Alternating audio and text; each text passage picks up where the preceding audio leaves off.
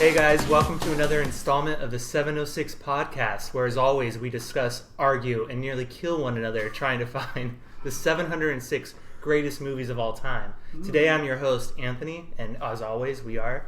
Tony. Kirk. Connor. Alright, at first I would like to say I hope everyone had a great Thanksgiving weekend, and I hope even more so that you're thankful for the movie I chose to discuss this week, Amelie. So, for those who don't know, Amelie is a 2001 French-born movie directed by Jean-Pierre Jeunet, starring Audrey Tautou as the titular character. It is a movie about a young woman who works at a cafe and begins to orchestrate the lives around her in an attempt to make everyone a little happier in their own life, and in the process begins to realize that she herself is kind of suffering for this, and she does not know how to take happiness for her own life.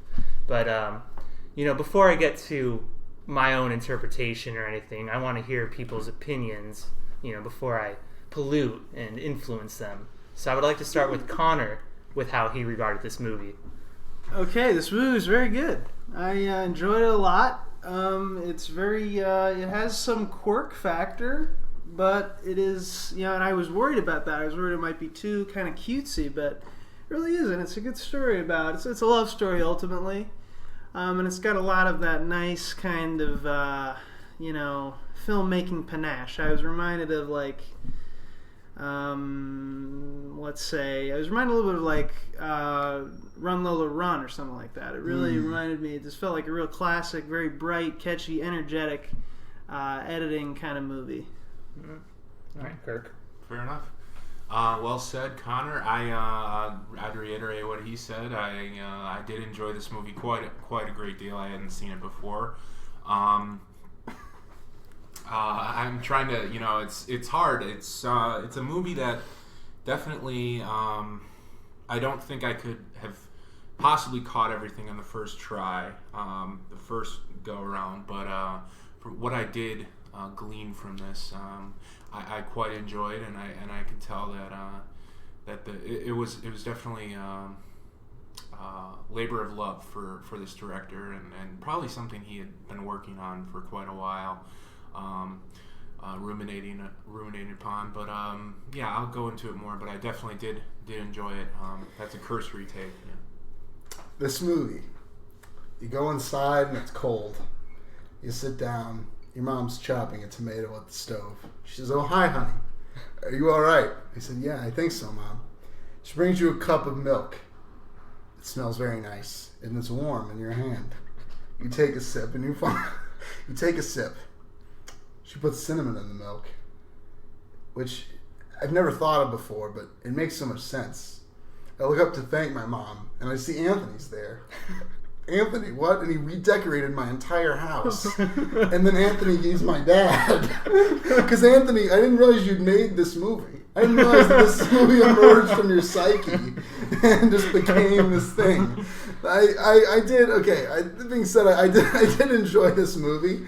I thought it was, as you said, there's a lot of panache, there's a lot of craft. It's very much like in the vein of something like Run Lola Run, or kind of what I call like a cool 90s movie, which is like just a movie that's like, almost like a Tarantino movie or something, where it's very flashy and it's very stylistic, and there's so much stuff happening that'll often cut to, like, a character will say something or refer to something, and then we'll see that thing in kind of a jarring sort of way, kind of out of nowhere. And there's a lot of stuff like that. There's like fast motion and slow motion, and just a lot of stylistic stuff just kind of coming at you from beginning to end. But it is a love story, and it is a very nice movie. It's very pleasant. I did like the love story of it, and I did like the various kind of kooky characters throughout. And parts of it, they hit close to home. There was definitely a humanity to it and a truth to it. The one thing, though, I would say, kind of the biggest check against this movie for me, is that it's long. I was kind of ready for it to be over a while before it was over, which isn't, obviously, it ends with her getting together with the guy and everything, and that's necessary for the story, but I wish that had happened a little sooner. I think it was a little padded out, and I think some of the kind of the digressions it took were unnecessary. Like, it could have, if they had been a little less self-indulgent, they might have trimmed down on a little bit of that and just made kind of a leaner, maybe 100-minute movie. that would have been my preference. But that being said, I enjoyed it for the most part from beginning to end, and I found it a satisfying experience.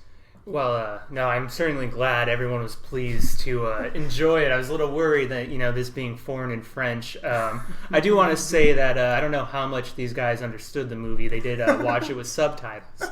But, it's the linguistic nuance. That is true, but... it's actually a hate story.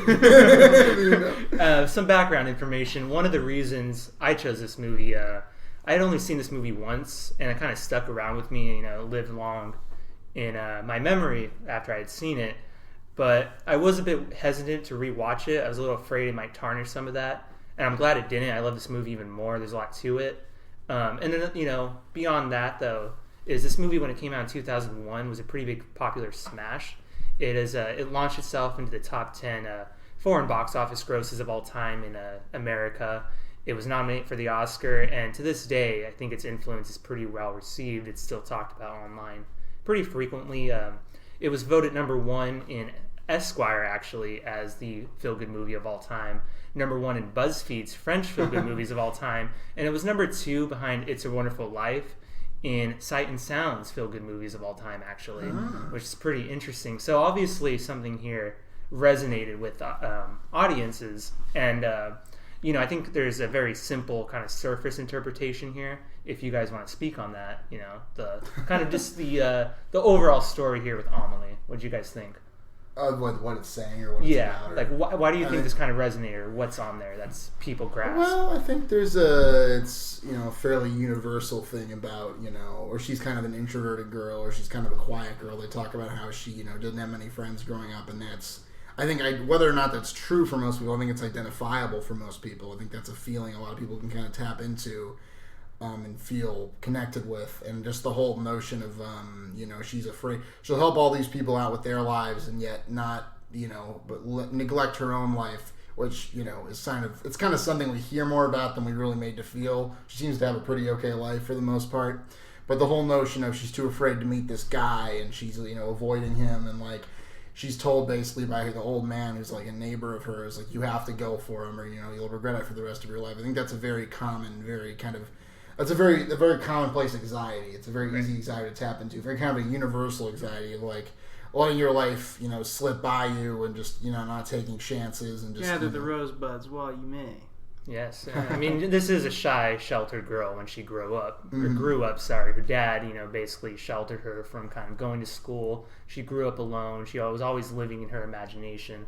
I think the one thing I like about the movie is it doesn't just use her kind of quiet nature, when she's older, as kind of just this quirky, cool factor. It really feels earned and kind of I see why she's this way. And I think that ending is all the more powerful for that reason. But what do you think, Kurt? No, I mean, I found myself at times apologizing for the movie for some of its stylistic quirks that people celebrate, but I found myself kind of smoothing over some of those rough edges, maybe in the name of, well, it's foreign, I just don't understand it. But maybe some of these choices weren't exactly the most tactful, but I don't know. It was very fantastical. I'm a mimetic person. I like real life grittiness, and this felt like it kind of shied away or even ran from it at times. The real relationship between, say, her and her father. I really, looking at it from a psychodynamic perspective, I mean, she totally, it was kind of resolved at the end because she got her father to travel more by sending him pictures. There's a very subplot, very intricate subplot, very creative thing there about trying to expand her father's horizons after the death of her mother. But at the same time, part of me longed for that conversation where she sat down and said, "You cold prick, why did you ignore me so much when I was young?" Well, but and that's fine. That didn't happen, and that doesn't have to happen. And I love the movie, but that's just something that's jumping out into my mind right now at this instant. So, yeah. Well, I'm not going to respond to every single person's criticism, sure. But no, I mean, fair enough. That's something that's been said about this movie by a few different critics, that there's kind of just lacking this kind of grittiness, I guess, as you said, is your word, or kind of this more, what's this tangible thing that she's doing that's really getting her dad to kind of leave. I've heard a few critics actually talk about that. Mm-hmm. But I mean, one thing about this movie is it's very twee, which I actually am saying as a compliment here. And none of these, I think though, it's also easy to kind of ride this movie off as saying it's too happy or it's too simple for that reason. I think there's a kind of a layer of these characters kind of living a sort of sad existence until Amelie really begins to help. And there's no reason for the movie to really establish that because these characters are already living in the abyss that she's trying to pull them out of. But, the twee factor, as I brought up, is actually one of the reasons that you suggested you wanted to view this movie. Yeah, so. That's why I know. I was fascinated by the origins, and I did find this very kind of, it's gave me a lot of insight, I think, into how sort of this thing is constructed. Of course, it is actually, when we think of twee, we think of this sort of kind of cloying, saccharine cuteness, or humor. It's kind of a Wes mix Anderson. of cuteness and humor. This had a whole lot of humor. It was not too cutesy, really. It was kind of, it had some melancholy to it. It had some real kind of emotion, some kind of sophisticated stuff going on. And it was interesting for that reason. What's interesting, too, about it is it constructs this idea of a life where usually movies, and I think the popular consciousness, we think of life as sort of, it's a big lead up to some great event that we'll do, or some great event that will happen to us, or some great thing, or some great moment. Of course, this is a love story, so there is the idea of finding love in the big city. That's the one thing. But it's interesting because this constructs life as Amelie, as soon as she grows up, she just becomes simply a waitress at the cafe 2 Windmills. And that's sort of just her life. That's fine. That's what she'll do for the rest of her life. That's her role. But that doesn't define her. It's more her mission of making people happy in this kind of worldview. And this idea of this sort of the quirky character, whatever it is, flaneur, sort of an observer, something like this, that she observes people, she's interested in people, and of course her love interest is the same sort of person. So it constructs a kind of a life to aspire to that is not necessarily success. It's sort of a more subtle sort of way of life and way of seeing. That's kind of the case with all the characters because they have the love interest actually works at a porn shop. That's great. It's very, very unconventional, and there's no the movie treats it very matter of factly. It doesn't play it as a joke. Well, there's a little bit of that, but it's not really played as it's not seen as a bad thing or anything. It's just kind of what he does, and he also works at the amusement park as a scary a scary guy in the haunted house or the haunted ride. So he's not it's not a desirable job or anything, but that's kind of just his his role. That's just what he does. And that's the case with a lot of characters. She has her neighbor who just practices painting. He paints the same Renoir every year. So obviously he's not going to become a famous painter. And then there's the guy who works at the little, what is that, the place she buys? The grocer shop, yeah. Yeah, there's the guy who works there who just practices his art. So it's just kind of there's kind of these reasonable expectations of life. There's no grand journey. There's no grand quest. It's all very mundane.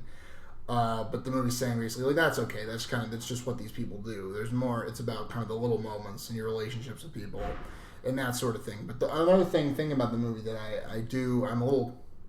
I find a little bit questionable, as it's again a very warm movie, a very kind of positive movie. But there's the subplot about, and this is something I think they could have cut, maybe should have, about her and the mean grocer. There's this grocer who's a big jerk to his subordinate.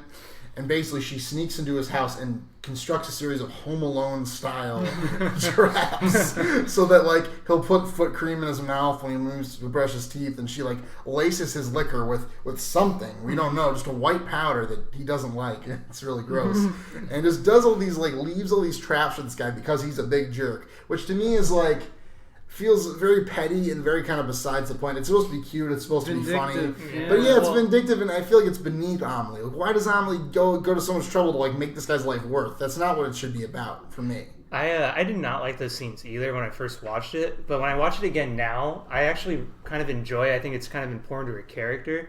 I think it's we have to go back to this idea that this is a girl who's kind of sheltered, and beyond the whole feel-good nature of this movie and the kind of simple, this is how, we could find happiness in the sort of simple things around us.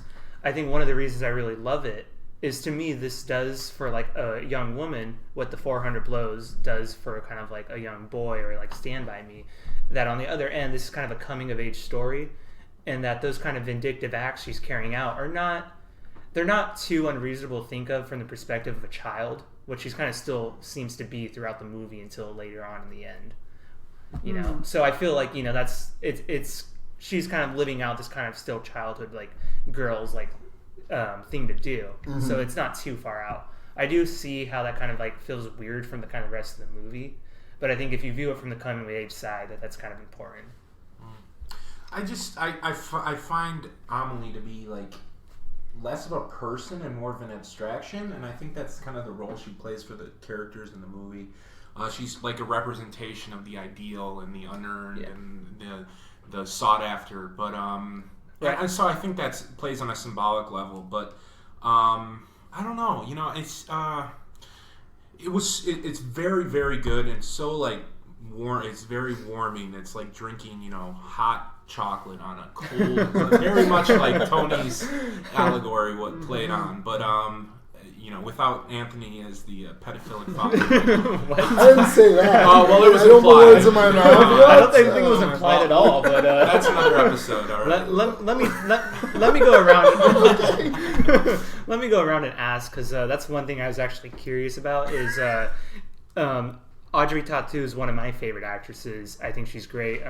For anyone interested in seeing her beyond this movie, I would definitely recommend checking out Priceless or Teresa. But I really like her in this movie, and it's a movie that basically typecasted her for the next like handful of years. I can imagine. She definitely played, this sort of twee kind of manic pixie dream girl that's like very easy to categorize. I really though like her in this. I mean, I think she's great. I mean, when she smiles, I feel like she like literally lights up the screen, kind of warms it. You know, she's the hot chocolate that you just described going down. But no, I really like her. I mean, I think I can't imagine anyone else playing this role. No, I can't either. No, I mean, she's very good in this movie. It's kind of the role she was born to play, or like you really can't imagine anyone else. She's very pretty and kind of in like a chaste sort of way, and kind of a very pure. Netflix calls her impish. She's impish. She's very pretty. Well, she was actually the second choice. Mickey Rourke was the first choice. Yeah, that's true. And like, thank God, just thank God that Rourke died that year in a car crash, because otherwise, actually, Emily Watson was the first choice. Really? Who's Emily Watson? She was in Breaking the Waves. Give me something else. What else you God, she was in like. I'm super familiar. Was she in? She was in Gosford Park. Was she in? Never mind. I'm gonna know. Well, the listeners at home are much more knowledgeable than us. So. That's true. So here's the other thing about this movie. There's so many things in this movie that we see them and we're kind of reminded of things that wouldn't become a thing until later. You know, so much has been ripped off from Amelie, it seems. I'd like to talk about one. Amelie's hair, totally ripped off by Johnny Depp and Charlie the commercials, totally. those insurance. Oh my commercials. God! Yeah. Let's talk about the gnome subplot we were talking about. So in order to try to incite her dad to kind of like finally get out of the house and journey and go and travel, she steals his gnome and has a friend of hers who is a steward or an airline stewardess, garden gnome. Yeah, steal this garden gnome and take photos of it at landmarks around the city, only for the dad to be like, "What's going on here?" Around the world. Around the world, yes. Yeah. You know, and this has been ripped off by, I don't even remember the insurance. Travelocity, yes. Yeah. Oh my God! Did I just assume no one had seen this movie or what? But that scene though makes me laugh because it kind of cast a pall over the next like 15 minutes, where each scene that was a little weird made me think it was just going to be a Geico commercial. Like there's a scene where she sees this fantastical like CGI animals in a room, and I'm just like imagining them like, by switching to Geico, you'll be seeing all kinds of things. And then there's a scene later which I laughed out loud because it involves the guy, the painter guy, the grocer, visiting the painter old man, and they're being very silly with one another. And I just imagine there's a part where it's like a record scratch, and he looks up, and I just imagine like Geico. Like, it was so funny. You know, for better or worse, this movie has had its influence. I think Brian Fuller, you definitely see that. I mean, Brian Fuller, Pushing Daisies is the obvious choice for this. Wes Anderson certainly lifts some things up. That might just be a case of a mutual influence. No, he's a fan. He's a fan. Yeah, he's a pretty big fan. Jean-Pierre Jeunet and him have talked. That would be funny if Wes Anderson was totally different before the movie and then just totally go out to the style. He's making these gritty dramas. But speaking of things that have been picked from the movie, though, this movie also does a really good job, I think, of picking things that have like influenced it and kind of doing a good job of not necessarily being too heavy-handed with it. You know, the dad is made to look like James Joyce with the style of his hat and the to reinforce this notion of kind of the small becoming large for us, or being the large things in our life. And I was actually going to ask Connor, is that there's a character in here who is a writer named Hippolito, who is kind of considered a failure, and you know, they kind of make fun of him, saying he's plagiarized people, and he says he's been plagiarized. It goes back and forth. And this is actually a reference to Hippolyton from The Idiot, actually, Dostoevsky's work. So I was wondering if you had any thought. Yeah, Hippolyte? Hippolyte, yeah, it's actually Jean-Pierre Jeunet says that's what inspired this character. Any kind of, reference to that, to the movie? I can't actually think. In The Idiot, Hippolyte... or Amelie, maybe? Amelie... I'm trying to think. I didn't mean to put me a little bit on the spot. I'll think about this. Well, Connor's not as smart as we thought, guys. I guess I'm not. I don't know my Dostoevsky. All right. Well, by the way, if you think you might have Hippolyte, contact your local primary care physician right away. Well, since Kirk butted in, let me ask him something. Oh, boy. No. I think one of the things I think it's pretty fairly noticed in this movie is the soundtrack. It's a great soundtrack. It's really played all over. Very good. And what's funny though is when you watch the movie, the soundtrack only comes on in certain scenes, and a lot of the action is actually placed with kind of a mute background. I was wondering if Kirk had any thoughts on the music here, because I know you're kind of a music guy. No, I loved it. It was very atmospheric, very very French. It definitely placed you in Paris. There wasn't some guy, it's me. We knew it was in Paris. There was no Mario. Was it Mario? There were no interludes for any sort of death metal, or it was very applicable. I really want to see this very other movie. appropriate. Did these other things. Well, you didn't see Blink-182's cameo. No, I didn't. I'm having trouble. I can't really explicitly remember too many instances where the music totally popped out of me, but I think that's because it facilitated the actual plot and the narrative so well. But I do remember the main theme, and it's very catchy. But I'm wondering, I'm trying to remember the last time the narrator actually spoke in the movie, because I don't remember him towards the end at all, or I'm wondering when, if that says anything, because he was very ubiquitous in the beginning, the first 2 acts, but I'm trying to remember. You want to speak, Tony, or do you want me to? About the narrator? Or the music or anything? No. No, I like the theme. I was thinking during the movie that the music is actually very good. It has a very catchy theme. It's a very warm, nice. I keep saying warm, but it really is. The whole movie has this very golden glow, which is either, I assume it's the lighting, but it might have been done in post, but that's kind of the look of the whole movie. It's got a very yellow kind of looking color palette, as though there's a bunch of golden spoons in the middle of the room, and the sun is shining on the spoons. But as for the voiceover, he's very present in the very beginning, especially. He's just laying out the story, but I don't remember hearing him for the last half hour, which I think is fine. I mean, it's a thing in screenwriting. You're supposed to, if you use voiceover, you're supposed to use it kind of consistently, but I don't know. I mean, for me, it's whatever works. And I mean, initially, we didn't really need it towards the end. I think it worked in the beginning really well. It had there was a lot of comedy that came from the voiceover. But yeah. The narrator does come back up about 15-20 minutes before the end of the movie. But another way to read that, I think, is the movie starts off as kind of this grand tradition of kind of a fairy story, a children's story in that sense, using the narrator to kind of set up this idea that this girl is kind of going to go on a journey. But I think at the end, when she kind of is able to kind of claim the happiness for herself, she's able to kind of overcome her shyness to accept the love that's around her, or being presented to her. It's her way of also saying the story's now mine. She's able to live the life that she could only read or think about beforehand. I see. And I think that's why the narrator kind of falls apart towards there. The whole movie's so poetic. I mean, really, you can just find all these great metaphors and great, very great aphorisms. And turns of phrase, just very good. That those mini vignettes, I don't know what to classify them as, but at the beginning and at the end, they did, when we're talking about kind of like iteration, those did feel a little bit Magnolia-esque. I don't know. So maybe, or shows all the characters and all yeah. their conclusions. Yeah, okay. But that's just a passing point. I do love the way those go together. I mean, Amelie, her name is Amelie Poulain. The Poulain is, a reference to a horse, kind of a working horse metaphor. Amelie, meaning industrious, kind of hardworking.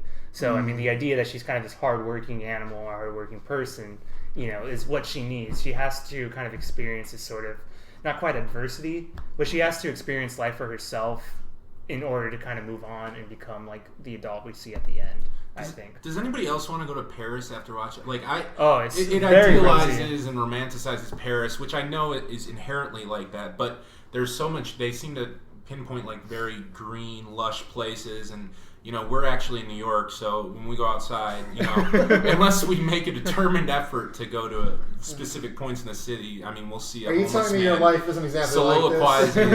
into a jumbo 7-Eleven cup. So the cafe has become a tourist spot since this movie. Yeah, Sure. no, I'm sure it has. Yeah. I'm sure it has. Beautiful. But it's a story that can take place anywhere. It's fairly. It's universal. Well, it is French. It is. It's fairly universal to most Western countries, at least. No, sorry. Go on. I had a thought, but it Detroit. eluded me. Amelie. Oh, nice. Get one in at Detroit. Just kick them while they're down. I think if Kirk says one more swipe at Detroit, our Detroit audience is going to kick you out. Yeah. Okay, there was one other scene. We're talking about workhorse. She works so hard, she's going to neglect herself to help other people. It's kind of a running theme. One scene, actually, that really did not work for me, just while we're talking about it, is there's a scene where she's watching TV, and she sees this TV special about herself, about her death. And, it's like, oh, she helped all these people all over the world. Like, what a great person. But she neglected herself, and she neglected her family. She's watching it, and she's crying. That, to me, just rang so false. Because I get that. I get watching TV and seeing the heroic report of you after you die. That's a very, common, relatable fantasy. But, why would she be crying about it? That doesn't make any sense to me. This is, a triumphant fantasy. It's, a very positive fantasy. So I don't get that at all. I don't want to hog the speaking here, but I mean, I do once again want to, I guess I'll respond, is, I think it's easy for her to see how she's kind of crying here. I mean, she's known at this point a kind of passive character. She's watching the TV. She's feeling bad about herself. But the actual material in the screen is, I think, a little easier to understand because it's very referential to José Jim. It's the stuff that's happening is actually lifted from the movie. It's kind of the fall part of Catherine in that scene. Should Catherine cry in José Jim? Yeah, it's the kind of the scenes that it's pulling from José Jim are the breakdown to Catherine. So I mean, I feel like that's kind of a moment. I think that's asking a lot for the audience, but I understand it. Let me get it this way: if you want to do a cute reference to a movie, that's fine, but make it make sense in your movie. Don't just well, it doesn't make sense, but it's from José Jim, therefore it's good. I don't buy that. The movie established that though early on. I mean, when she's in the initial theater and she says she likes looking at people watch the screen, she's watching José Jim. As someone who hasn't met Jules or Jim, I really, I appreciated that scene because it's very for me, tying it back to, the humanistic side. It's very social constructionist. She could be watching. Who knows what she was watching? But it doesn't matter, or it doesn't even matter really what's on the screen. Well, it's what she's watching in her head. It matters exactly. I know it's Which obviously that's that's given, but I don't know. I just. It's how she. I guess. Well, it's how I interpret it. Then, well, if I interpret, I interpret it. It's very visceral for me. I connected to it. It's like she's giving all of herself without taking any for herself. So I found it. She dies young, and that's what it said. She dissolves into the universe or something. It's very entropic. I don't know what it said, but do you have any opinion here, Connor? Oh, I've just only been thinking about this whole Hippolyte thing. I've been trying to refresh my memory. That was a strategy to silence you. Give him a little toy to play with. Connor was a threat. I've concluded that except for some, Dostoevsky I think is influential on this idea of quirk and cuteness and some idea of complicated eccentric characters. Ippolit is a character who's not really a writer. He's more of a sort of guy who, is this sort of sick boy who he writes some articles, but he's not like a writer. He's not kind of the failed writer that character is in the movie. And as for a character that's similar to Amelie, I can only think of, in some ways, the idiot himself. I mean, Lev Mishkin, he's very much a character who tries to improve people's lives in this cute way. Sometimes it gets him into trouble because he can't understand how much he can take on, and it causes him to sort of really break down in ways that are not sort of foreseeable. But it's a different book. That's not Well, guys, we finally have our answer. Dostoevsky meets Amelie. There it is. But anyway, before we kind of get to close to the end here, does anyone have any comment on the side characters here? Any faults, likes? I did like the guy at the cafe that was the weirdo. Yeah. Because by the end, he's right back where he began. He's just kind of, always in this cycle of just being a jerk. I did kind of enjoy that. So. Yeah, very relatable quirks in these people, I think, honestly. They're all, they're very well done. I think this movie is just well crafted, and it shines through, it seeps through the love for it. I think that's why people have been attracted to it. Right. Jean-Pierre Jeunet actually began this work in the late 70s.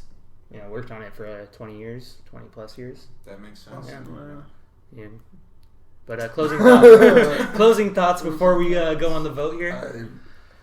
I don't think I have anything to add other than my vote. So let's go to the votes. Vive la France. Connor? Well, so to make final remarks? Well, I guess they voted if you want to add that too. They had nothing to say. They know nothing. I mean... you don't, I'll say it. I want to It's vote, almost right? like, to really be honest about this movie, Amelie, it's like...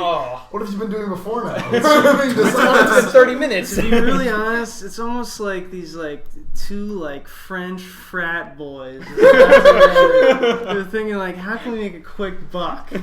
And they're like, we'll have her want to make people happy, and then she'll be sad. She'll find her boyfriend, and the Americans will love it. They'll eat this shit up. But you know what? That's what's so genius about it. I love this movie. I voted into the 706. 705. 705, that low. No, I don't believe in this whole numerical rating system. It's just we're going in by the order of the game. Oh, okay. So Little Big Man 706 is 705. Yeah. Oh, really? I would say if there was ever an argument for a character that was actually hallucinating in an asylum in Upper Yorkshire or something, this would be the character because it's just she's everything. Obviously, the whole movie is so fantastical, but I do think it's maybe she is an 85-year-old woman who took too much, Zaltrex when she was younger or something. And she's high on turpentine, but anyways. I don't know what the hell Kirk just said. The idea that maybe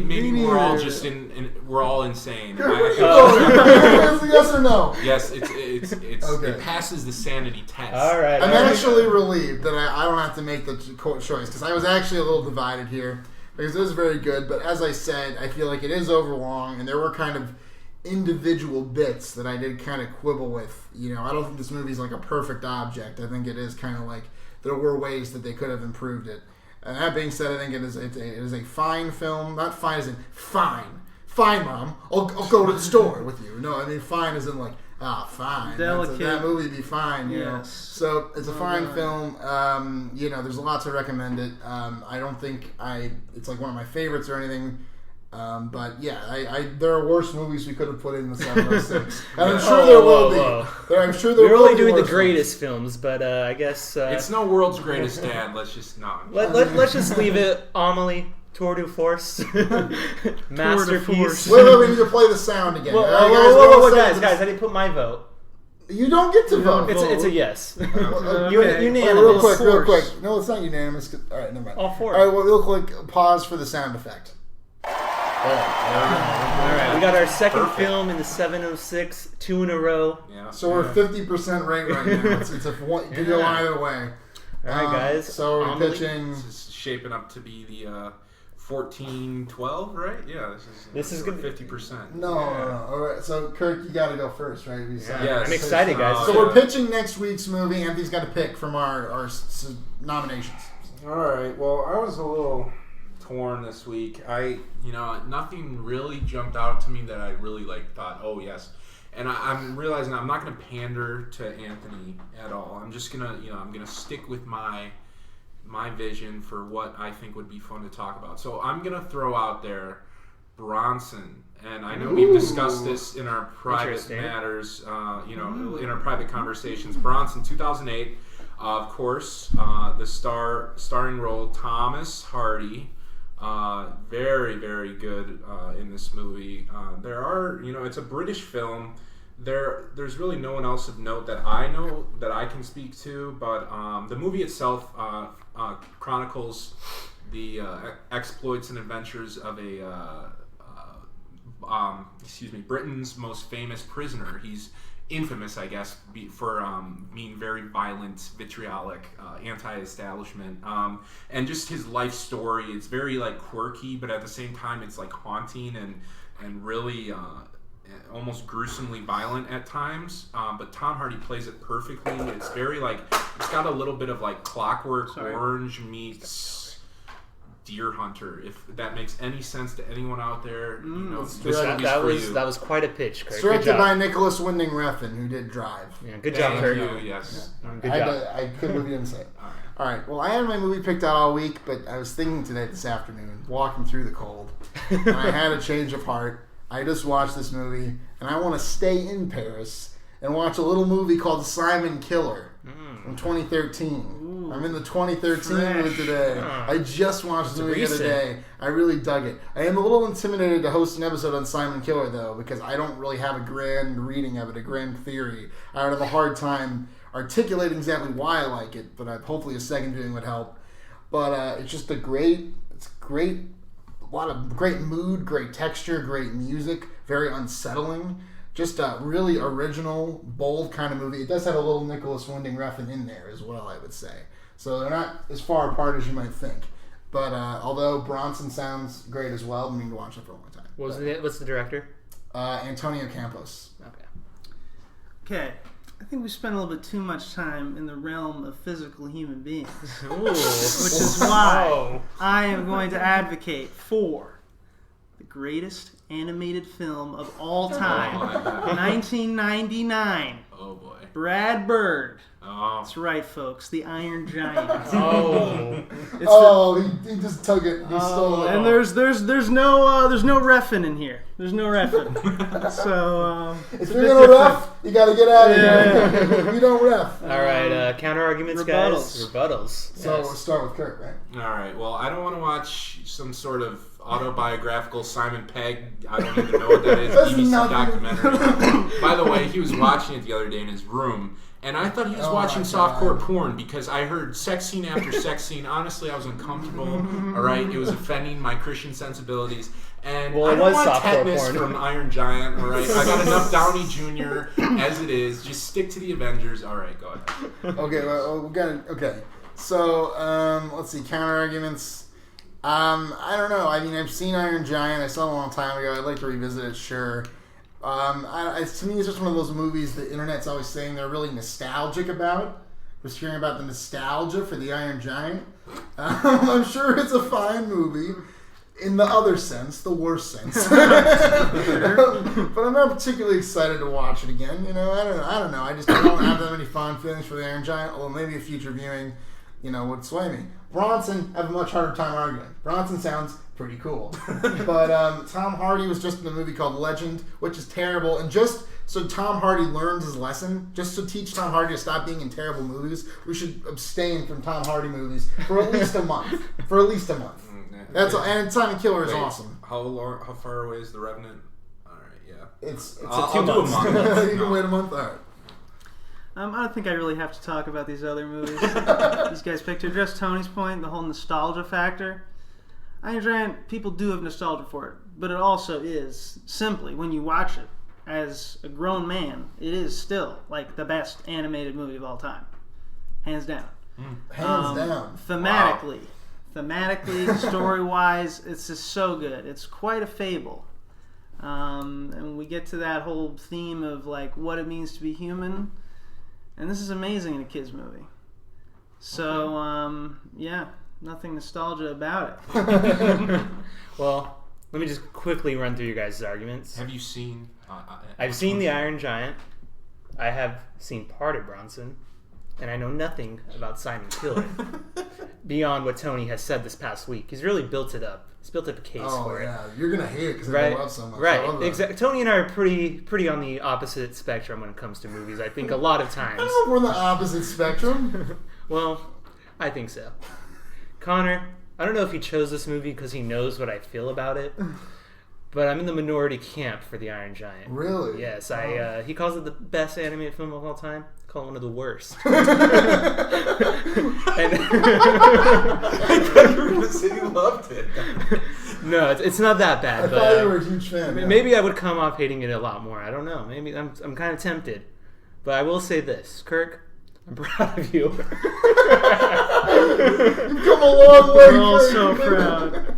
Kirk, a couple weeks ago you were complaining that you would never have a movie picked again.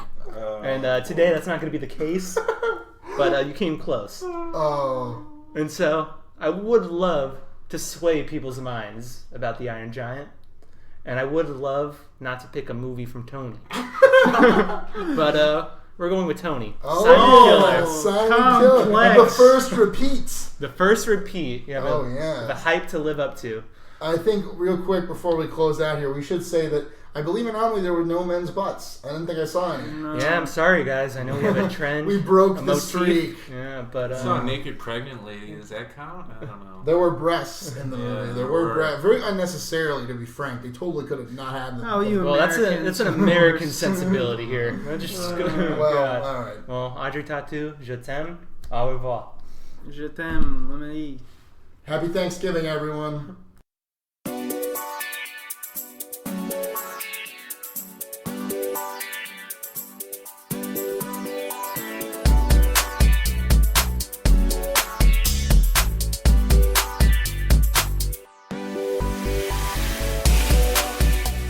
Alright, so what do you actually remember from The Idiot, if you can't remember who that character was? The Idiot is a novel by Fyodor Dostoevsky. We begin. 1860s Russia. Two men on a train. They're talking. We got one, Lev Mishkin, and we got another guy. I'm going to be honest with you, I can't remember his name. But they're talking. And they're talking about no one else than the enchanting, the mysterious, the dangerous Nastasia Filipovna, who is a central character in the book. Who is the idiot? Oh, I'm sorry. It revolves around these three characters. Lev Mishkin, who's the idiot, he's basically like, he has these terrible, so he's an epileptic. That's why they call him the idiot, because he has these weird fits. And he's just been away in Switzerland to get treatment, and now he's finally come back to Russia. So you don't speak Russian. How did you read this work? I read the translation by, what's his name? Pever and Volokhansky. Pavir, yeah, what's his first name? Pavir and Volokhansky. They're husband and wife, the two greatest translators of all time. I would love to be the meat in that sandwich. So you did not read this book? No, well, sure, you could say. I was just reading this thing about how Dostoevsky, one of the marks of Dostoevsky is that like his Russian sentences have like this bushy undergrowth. I read this in like an article I was reading the other day. So I'm like, where's the bushy undergrowth? I'm really like worried that I'm missing the bushy undergrowth. And I kind of imagine like, is that the bushy undergrowth? Like that word right there? Or? It does look quite bushy. Yeah, yeah. Without further ado, it's time to vote. Is The Idiot one of the 706 greatest movies of all time? Anthony. In Russian, yes. In Russian, no. In English, perhaps. Kirk?